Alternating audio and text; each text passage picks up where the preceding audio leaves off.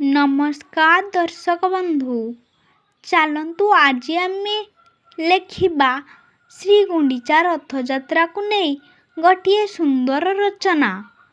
प्रथमे उपक्रम श्री गुंडीचा रथयात्रा प्रतिवर्ष आषाढ़ मास शुक्ल पक्ष द्वितीया तिथि रे होइथाए। श्री जगन्नाथ हेउचंती ओडिशार आराध्य देवता।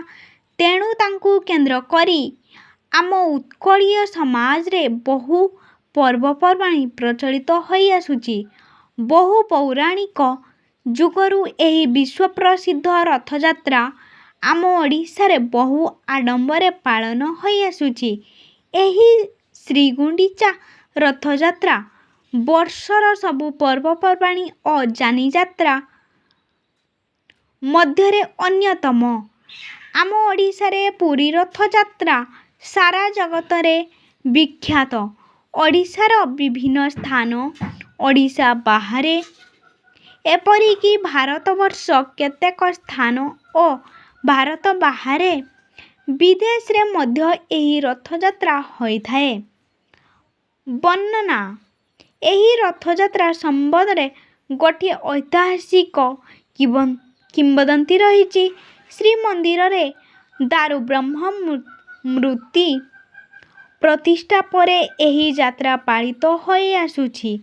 अनेक दिन पूर्वे विश्वावसु नामक सेवक राजा हाथ रे जगन्नाथंकर नीलमाधव रूपे एक निर्भूत गिरिकंदर रे पूजा पाउथिले।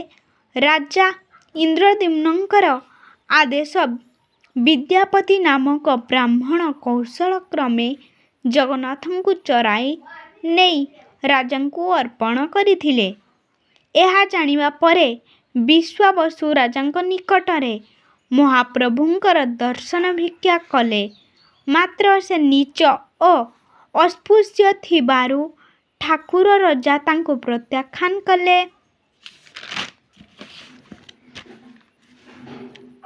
विश्वावसु महाप्रभुंकर प्रधान भक्त होइथिबारु ए कथा सही न पारी प्रभु रागी जाई थरे स्वप्न रे राजा और रानी गुंडीचांकु देखा देले। स्वप्न रे कहिले वर्षकरे थरे मंदिर बाहरे सबु भक्त देखिला भली मोर गोटिए बड़ यात्रा करिबा पाई आदेश देले। सेही उत्सवरे दैतापति माने श्री जगन्नाथंकर सेवक रूपे कार्य करिवे। जाति धर्म वर्ण निर्विशेष रे समस्ते मुक्त आकाश तले दर्शन लाभ करिवे। सेही दिन ठारू प्रतिवर्ष आषाढ़ शुक्ल द्वितीया तिथि दिन प्रभुंकर एही यात्रा नीति नियम अनुजाई पालित होई आसुछि। एहाकु गुंडीचा यात्रा कहंती।